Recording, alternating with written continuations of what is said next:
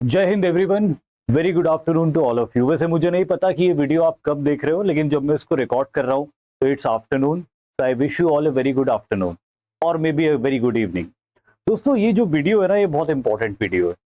शायद इस साल का मेरा बनाया जाने वाला सबसे इंपॉर्टेंट वीडियो है, क्योंकि इसमें मैं शेयर करने वाला हूँ आपसे स्ट्रैटेजी फॉर एनडीए 12025। जी हाँ, मैंने अक्सर ये देखा है कि जब स्ट्रैटेजी वीडियोस आते हैं, last 30 days strategy, last 40 days strategy, बहुत सारे लोग उन वीडियोस को देखते हैं। या उस समय वो एक ऐसा फेज होता है जब बहुत सारे स्टूडेंट टीचर से कनेक्ट करके बोलते हैं कि सर प्लीज बताइए क्या स्ट्रैटेजी अपनाए, अब 20 दिन रह गए, अब 30 दिन रह गए, अब 40 दिन रह गए। लेकिन सही वक्त ये है स्ट्रैटेजाइज करने का, सही वक्त ये है किसी टीचर से पूछने का कि क्या स्ट्रैटेजी हमको अपनानी चाहिए। हमारे पास समय ज्यादा है ना, तो ज्यादा समय में हम ज्यादा अच्छा मैन्यूवरिंग कर सकते हैं। जब 20 दिन 30 दिन रह जाते हैं तो स्ट्रैटेजी बना के उसका मैन्यूवरेबिलिटी उतना नहीं रह जाता।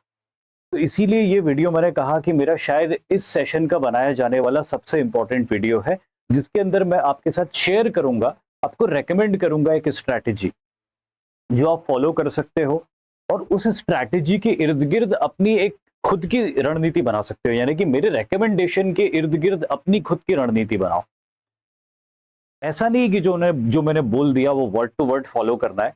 मेरी बात के सार को समझना है और उस सार को समझते हुए, उस ऑब्जेक्टिव को समझते हुए अपनी खुद के इम्प्रोवाइजेशंस भी आप इसमें कर सकते हो। और अगर किसी को लगता है कि मेरी रेकमेंड की हुई स्ट्रैटेजी आपके लिए परफेक्ट है तो उसको आप फॉलो करो। तो चलिए, सबसे पहले इंपॉर्टेंट बात कि इस समय क्यों इंपॉर्टेंट है स्ट्रेटेजाइज करना। वैसे मैंने समझा दिया आपको, लेकिन फिर भी मैं आपको वापस इस बात का महत्व दिखाना चाहता हूं, समझाना चाहता हूं। सबसे पहले, this is the right time to strategize. Right? तो क्यों है ये right time to strategize? Almost a year left. अब एक साल तो नहीं है हमारे पास में, लेकिन 8 महीने हैं और एनडीए के एग्जाम के लिए 8 महीने बहुत होते हैं। सितंबर वाला जो अटेम्प्ट होता है तो उसके लिए हमारे पास में 5-6 महीने ही होते हैं। तो लार्जली 5 ही महीने होते हैं, क्योंकि सितंबर का एग्जाम हो भी एकदम शुरुआत में जाता है सितंबर के, और अप्रैल का एग्जाम हमेशा मिड अप्रैल में जाता है। तो ओवरऑल हमारे पास उस समय 5-5.5 महीने होते हैं। अभी हमारे पास में पूरे 8 महीने हैं और ये बहुत मैटर करता है, क्योंकि 8 महीने हमारे पास में है। तो ये 8 महीने में हमारी जो वीकनेसेस है उसको हम स्ट्रेंथ में कन्वर्ट कर सकते हैं। क्या होता है कि जब आपके पास कम टाइम होता है तो हम हमेशा आपको सजेस्ट करते हैं कि जो आपकी वीकनेसेस है, अब उसके ऊपर वर्क करने के लिए ज्यादा टाइम नहीं, अपनी स्ट्रेंथ के ऊपर वर्क करो। लेकिन ये 8 महीने का समय है हमारे पास में है, जिसपे आप अपनी वीकनेस के ऊपर भी सफिशिएंटली वर्क कर सकते हो। और अंत में you will be left with very little weaknesses. If you work on your weaknesses and try to improve them, you will be left with a very little weaknesses, जो आपकी कैंडिडेचर को बहुत स्ट्रांग बनाता है in the competition of NDA examination. तो 8 महीने हैं आपके पास में, this is the right time to strategize. दूसरा, why this is right time to strategize? Believe me, April paper is going to be tough. वैसे भी अगर आपने पिछले पेपर्स का ट्रेंड देखा हो तो आई डोंट नो आपने इसको ऑब्जर्व किया या नहीं किया, लेकिन सितंबर का पेपर हमेशा इजी होता है। अभी लास्ट पेपर भी आपने देखा, सब इजी टू मॉडरेट ही बोल रहे हैं उसको कि हाँ इजी है, इजी टू मॉडरेट है। कुछ कुछ चैप्टर्स, कुछ कुछ सब्जेक्ट्स में मॉडरेट क्वेश्चंस पूछे गए, कुछ में तो इजी क्वेश्चन पूछे गए और ज्यादातर में इजी टू मॉडरेट है। लेकिन अप्रैल का पेपर टफ होगा ही होगा, इसलिए नहीं कि ये मॉडरेट हुआ है या इजी हुआ है, इसीलिए क्योंकि अप्रैल के पेपर में टाइम ज्यादा होता है। मतलब ये तो अगर आप देखो तो थोड़ा अनफेयर है ना, जो लोग सितंबर का अटेम्प्ट दे रहे हैं और जो लोग अप्रैल का अटेम्प्ट दे रहे हैं, तो थोड़ा सा अनफेयरनेस हो जाएगी ना, क्योंकि अप्रैल का अटेम्प्ट देने वालों को टाइम बहुत मिलता है, सितंबर का अटेम्प्ट देने वाले को टाइम कम मिलता है। तो क्योंकि अगर अगला अटेम्प्ट आपका अप्रैल में होने वाला है, टाइम आपको ज्यादा है, तो हमेशा पेपर टफ ही होगा। जब जब भी आपको ड्यूरेशन बड़ा होगा तो पेपर का डिफिकल्टी लेवल हमेशा टफ होगा। तो paper is going to be tough and I don't want you to be this individual. मैं नहीं चाहता हूं कि उस दिन जब पेपर हो, 15 अप्रैल, 16 अप्रैल, जब भी हो, तो आप ये इंडिविजुअल बनो, क्योंकि paper is going to be tough. अगर आपने इसको लाइटली लिया या ये सोचा कि सितंबर जैसा पेपर आता है तो मैं तो बहुत अच्छा कर सकता हूं, I have lot of time and I will prepare it, this is not going to happen, it is going to be a tough paper and I don't want you to be this individual. और इसीलिए अभी से prepare करो। And तीसरा, this is the right time to strategize because a lot of time to upgrade your knowledge and personality. What are you? आप हो कौन? आप मिस्टर एक्स हो, मिस वाई हो, मिस्टर जेड हो, क्या हो? आप कुछ भी नहीं हो। You are what you think. आप वो हो जो सोचते। You are not your body, you are not your brain, you are your mind. और इस माइंड को जितना उलझने से सुलझने की तरफ आप ले जा सकते हो, उतना आप बेटर पर्सन बनोगे, specially for the second stage of the examination which is, you all know, SSB। तो ये जो उलझा हुआ दिमाग है, इसको सुलझा हुआ दिमाग बनाना। जैसे कि मैंने कहा कि आप क्या हो? आप कुछ भी नहीं हो, आप वो हो जो आपके थॉट्स हैं। तो मैं चाहता हूं कि आपके जो थॉट्स हैं ये उलझे हुए से सुलझे हुए की तरफ हो जाए। और 8 महीने इसके लिए बहुत वक्त होता है। 8 महीने में आप अपनी नेगेटिविटी को दूर कर सकते हो, पॉजिटिविटी को ला सकते हो, और ये सब अपने एफर्ट्स से होगा। छोटे छोटे एफर्ट्स करके, छोटे छोटे लक्ष्य बना के, उनको ओवरकम करते करते, उनको अचीव करते करते जब ग्रेजुअली आप आगे बढ़ोगे तो अपने आप वो उलझने जो है वो सुलझ जाएगी। तो बस मैं यही चाहता हूं कि आप एक बेटर पर्सन बन जाओ, और वो बेटर पर्सन बनने के लिए अपना थॉट प्रोसेस अच्छा करो। वो भी कैसे होगा वो भी मैं आपको बताऊंगा, लेकिन अपना थॉट प्रोसेस अच्छा करो ताकि आप रिटन एग्जामिनेशन जब क्वालिफाई कर लो तो SSB के लिए भी आप बेटर प्रिपेयर्ड हो। मतलब SSB के लिए बहुत सारी चीजें होती है, प्रिपरेशन वो प्रिपरेशन, लेकिन रियलिटी में आप अगर एक सुलझे हुए दिमाग के व्यक्ति हो तो आप SSB में हमेशा अच्छा परफॉर्म करोगे। लाइकली चांसेस होंगे कि आप रेकमेंड हो जाओ, लेकिन यहां से यहां पहुंचना पड़ेगा। उलझे हुए दिमाग से सुलझे हुए दिमाग तक पहुंचना पड़ेगा, और 8 महीने इसके लिए आपके पास बहुत अच्छा समय होता है। तो ये सारे रीजन सफिशिएंट है इस बात को समझने के लिए हमको कि हमको अभी स्ट्रैटेजाइज करना होगा। अब स्ट्रैटेजी में हमको क्या करना चाहिए? तो मेरे रिकमेंडेशंस कुछ इस तरह से हैं। सबसे पहली चीज, focus more on maths and English. Have a look at this chart, जिसमें आप देख सकते हो कि 120 क्वेश्चंस आपसे मैथमेटिक्स के पूछे जा रहे हैं, 2.5 मार्क्स ईच। 50 क्वेश्चंस आपसे इंग्लिश के पूछे जा रहे हैं, 4 मार्क्स ईच। और फिर बाकी बचा हुआ जो 100 क्वेश्चंस हैं उसमें आपके बाकी सारे सब्जेक्ट्स आ गए। फिजिक्स आ गया, केमिस्ट्री आ गया, बायोलॉजी आ गया, जियोग्राफी आ गया, हिस्ट्री आ गया, पॉलिटी आ गया, इकोनॉमिक्स आ गया, करंट अफेयर्स आ गया। I am sorry if I forgotten any one of these. लेकिन बाकी सारे सब्जेक्ट मिलके आपको ला रहे हैं 400 नंबर। अकेला एक मैथमेटिक्स आपको ला रहा है 300 नंबर। अकेला एक इंग्लिश आपको ला रहा है 200 नंबर। अब क्या होता है, हम में से बहुत सारे स्टूडेंट्स ये गलती करते हैं कि क्योंकि वो किसी सब्जेक्ट से बड़े कनेक्टेड हो जाते हैं, जियोग्राफी से कनेक्टेड हो गए, हिस्ट्री से कनेक्टेड हो गए, पॉलिटी से कनेक्टेड हो गए, या किसी सर से कनेक्टेड हो गए कि यार वो सर मुझे बहुत अच्छे लगते हैं, वो मैडम मुझे बहुत अच्छी लगती है, बहुत इंस्पायर करते हैं, बहुत इंस्पायर करती हैं, तो मैं उनकी क्लासेस अटेंड करूंगा, मैं उनकी क्लासेस अटेंड करूंगी, उनके सब्जेक्ट को पढ़ूंगा, उनकी बातें मेरे को बहुत अच्छे से समझ में आती। बहुत अच्छी बात, समझ लिया आपने, बहुत अच्छे से कनेक्ट भी हो गए, इंस्पायर भी हो गए, लेकिन एंड में आपने लर्न क्या किया? कितने नंबर आपने हासिल किए? ज्यादा से ज्यादा 40, 50, 60, 70, 80। तो कई बार क्या होता है, स्टूडेंट्स किसी टीचर से कनेक्ट होने की वजह से या किसी सब्जेक्ट के अच्छे लग जाने की वजह से उस छोटे सब्जेक्ट पे बहुत ज्यादा टाइम दे देते हैं। अंत में उनको मिलते कितने? 50-60 नंबर। लेकिन यही डेडिकेशन और यही डिवोशन आप मैथमेटिक्स के प्रति शो करो और इंग्लिश के प्रति शो करो, और उतना ही ज्यादा इन सब्जेक्ट्स को स्टडी करो, तो 500 में से आपको 200-250 नंबर मिल सकते हैं। और अगर इंग्लिश और मैथमेटिक्स ने आपको 500 में से 200-250 नंबर दिलवा दिए, तो फिर आपको सिर्फ 100-150 नंबर और लाने, 100-150 नंबर और बाकी सब्जेक्ट से लाए जा सकते हैं इजीली।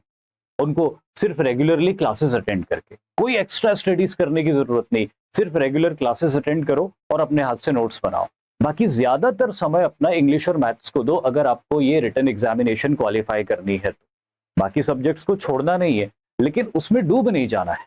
बस मेरा यही कहना है आपसे, क्योंकि मैं हमेशा देखता हूँ बहुत सारे स्टूडेंट्स बहुत सारे ऐसे सब्जेक्ट्स में डूब जाते हैं, बहुत डीप स्टडी करने लगते हैं, जो कि करने से शायद उनको कोई फायदा नहीं होगा। कम से कम इस एग्जाम में तो नहीं होगा, कहीं और हो जाए, यू नेवर नो, लेकिन इस एग्जामिनेशन में कम होगा। इंग्लिश और मैथ्स के ऊपर ज्यादा फोकस करो, और इंग्लिश और मैथ्स जैसे दोनों सब्जेक्ट्स के अंदर जो जो भी अपनी वीकनेसेस है उसको पूरा दूर कर लो। Then use PYQs to find out the trends of GK and science. तो जैसे कि अभी मैंने कहा कि इंग्लिश और मैथ्स पे ज्यादा ध्यान दो, तो क्या सर हम फिर जीके छोड़ दें, आपका सब्जेक्ट छोड़ दें, हिस्ट्री, जियोग्राफी छोड़ दें, पॉलिटी छोड़ दें, इकोनॉमिक्स छोड़ दें, करंट अफेयर? नहीं, बिल्कुल, मैंने कब बोला कि छोड़ दो, बिल्कुल नहीं छोड़ना। तो क्या करना है, take your time, PYQs previous year questions देखो, पिछले 3-4 साल के, समय लो, समय निकालो, प्रीवियस ईयर क्वेश्चंस को देखो, समझो कि ट्रेंड क्या है, और उन टॉपिक्स को नोट डाउन करते जाओ जिन टॉपिक से ज्यादा क्वेश्चंस पूछे जा रहे हैं, और उन टॉपिक्स को थॉरोली स्टडी करो। इस तरह से जनरल स्टडीज के अंदर, या GAT जिसको अपन बोलते हैं, या जीके और साइंस का मैंने यहाँ पे लिखा, क्योंकि GAT का इंग्लिश मैंने पहले कवर कर लिया, तो मैंने जीके और साइंस लिखा है यहाँ पे। तो जीके और साइंस में आप क्या करो कि पिछले साल के या पिछले कुछ सालों के पेपर्स को देखो, ट्रेंड को समझो, आपको पता चल जाएगा कि आपको क्या क्या नहीं पढ़ना है। देखो क्या होता है कि हम टीचर हैं, अब हम जब पढ़ाते हैं बैच के अंदर या कोई सेशन लेके आते हैं, तो भाई हमें सब कुछ पढ़ाना पड़ता है। हम ये नहीं बोल सकते कि ये चीज एग्जाम में नहीं पूछी जाएगी तो इसको हटा देते हैं, इसको पढ़ेंगे ही नहीं, क्योंकि एज ए टीचर हमको डॉट्स कनेक्ट करने भी बहुत जरूरी होते हैं। खासतौर पे अगर मैं हिस्ट्री की बात करूं तो मैं कोई चैप्टर स्किप नहीं कर सकता,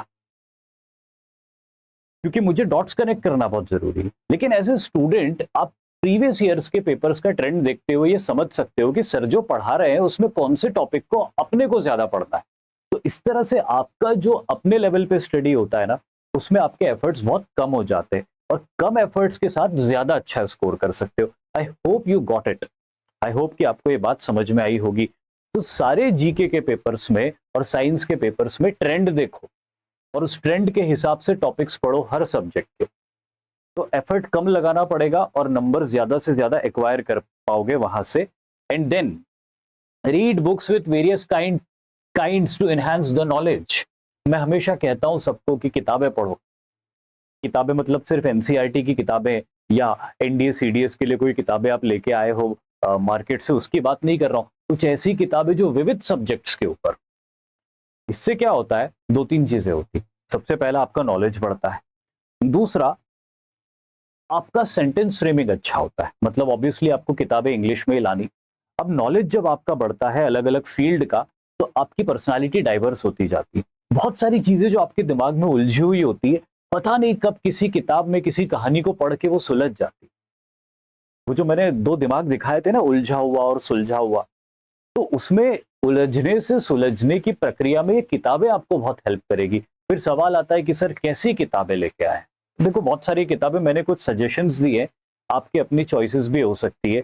जैसे परमवीर चक्र विजेताओं के ऊपर कई किताबें लिखी हुई है, वो आप ला सकते हो। पंचतंत्र के ऊपर लिखी हुई किताबें आप पढ़ सकते हो, उसमें बहुत अच्छे अच्छे मॉरल लेसन्स आपको मिलते हैं। कौटिल्य के अर्थशास्त्र की किताबें आप लेके आ सकते हो, उसको पढ़ सकते हो, क्योंकि आप हिस्ट्री पढ़ते हो। मैं एक ओवरव्यू देता हूँ कौटिल्य के अर्थशास्त्र का, तो उसको और थॉरोली आप रीड कर सकते हो। या फिर वाइल्ड लाइफ ऑफ इंडिया के ऊपर आप किताबें पढ़ सकते हो, जिसमें आपको भारत के पूरे देश में मौजूद वन्य जीव, वन्य जीवन, तरह तरह के वनस्पतियां, जियोग्राफिकल फीचर्स और भी कई चीजों की जानकारी मिलती। तो इस तरह की किताबें, इनमें से कोई एक किताब सबसे पहले लेके आओ, उसको पढ़ो, उसको पूरा करो, आपको बहुत नॉलेज मिलेगा, आपके सोचने समझने की क्षमता बढ़ेगी, वोकैबुलरी इंक्रीज होगी आपकी। फिर दूसरी टाइप की कोई लाओ, फिर तीसरी टाइप की कोई लाओ, या इसके अलावा भी आपका कोई एरिया ऑफ इंटरेस्ट हो तो उसकी किताब भी आप ला सकते हो। लेकिन other than your study books, आपको कुछ किताबें पढ़नी चाहिए, या आपके थॉट्स को बिल्ड करती है। और जब आपके थॉट्स बिल्ड होते हैं तो आपकी पर्सनालिटी बिल्ड होती है, क्योंकि मैंने क्या कहा आपको, you are nothing but your thought. आप अपनी बॉडी नहीं हो, आप अपना ब्रेन नहीं हो, यू आर योर माइंड। और आपके माइंड को, आपके थॉट्स को ये किताबें इंप्रूव करती है, एनहांस करती है। तो अल्टीमेटली आपकी पर्सनालिटी को भी एनहांसमेंट मिलेगा। एंड देन SSB में आपको बहुत काम आएगा कि ग्रुप डिस्कशन में या लेक्चरेट्स में या इंटरव्यूज के दौरान पूछे गए सवालों के जवाब में आप बहुत कुछ बता सकते हैं इससे मिले नॉलेज से। तो आई होप कि ये जो बहुत कम समय में मैंने आपको स्ट्रैटेजी बताई है पूरे साल की, आई होप कि ये समझ में आया होगा आपको। और आप इसको अप्लाई करोगे, भले ही एज वर्ड टू वर्ड जो मैंने बोला हो वैसे ना अप्लाई करो, लेकिन इस रिकमेंडेशन के इर्द गिर्द अपनी खुद की एक स्ट्रैटेजी भी बना सकते हो। तो यही सारी मेजर इंफॉर्मेशन थी जो कि मेरे को आपसे शेयर करनी थी। एट द सेम टाइम एक और इंफॉर्मेशन थी कि टीचर्स डे के उपलक्ष्य में 7 सितंबर तक जितनी भी बैचेस है उस पर 50% का फ्लैट ऑफ चल रहा है। तो आप अगर बैच परचेज करते हो तो this is a very good time, you can by the batches. और आप इसमें बैच बाय करते समय MSR लाइव मेरा कोड भी यूज कर सकते हो, जिससे आपको 50% का डिस्काउंट इंश्योर हो जाएगा। और बैचेस कौन कौन सी है, तो एक विजय बैच है जो NDA फर्स्ट 2025 के लिए है, जिसमें सारे मेजर टीचर्स हैं। 14 सितंबर से ये बैच की शुरुआत होने वाली है। जैसे कि मैंने आपको बताया, MSR लाइव कोड यूज करके आप इस पे 50% का डिस्काउंट अचीव कर सकते हो। And similarly there is a Lakshya batch for CDS, और इस पे भी वही सारी चीजें लागू होती है जो कि पिछली बैच के ऊपर मैंने आपको बताई थी। इन कोड्स को स्कैन करके, इन बार्स को स्कैन करके आप इंस्टाग्राम और टेलीग्राम से जोड़ सकते हो, जहां पे सारे दूसरे मेजर अपडेट्स आपको मिलते रहेंगे। बस यही छोटा सा एक वीडियो था, और मैं चाहता हूं कि आप अभी से अपनी स्ट्रैटेजी बनाओ, और इतना टाइम है आपके पास में कि एक बार सिलेबस को पूरा पढ़ के एक बार रिवाइज भी कर सकते हो, और साथ ही अपनी पर्सनालिटी का इंप्रूवमेंट करके इस फेज में SSB के लिए भी अपने आप को तैयार कर सकते हो। Thank you very much. जय हिंद।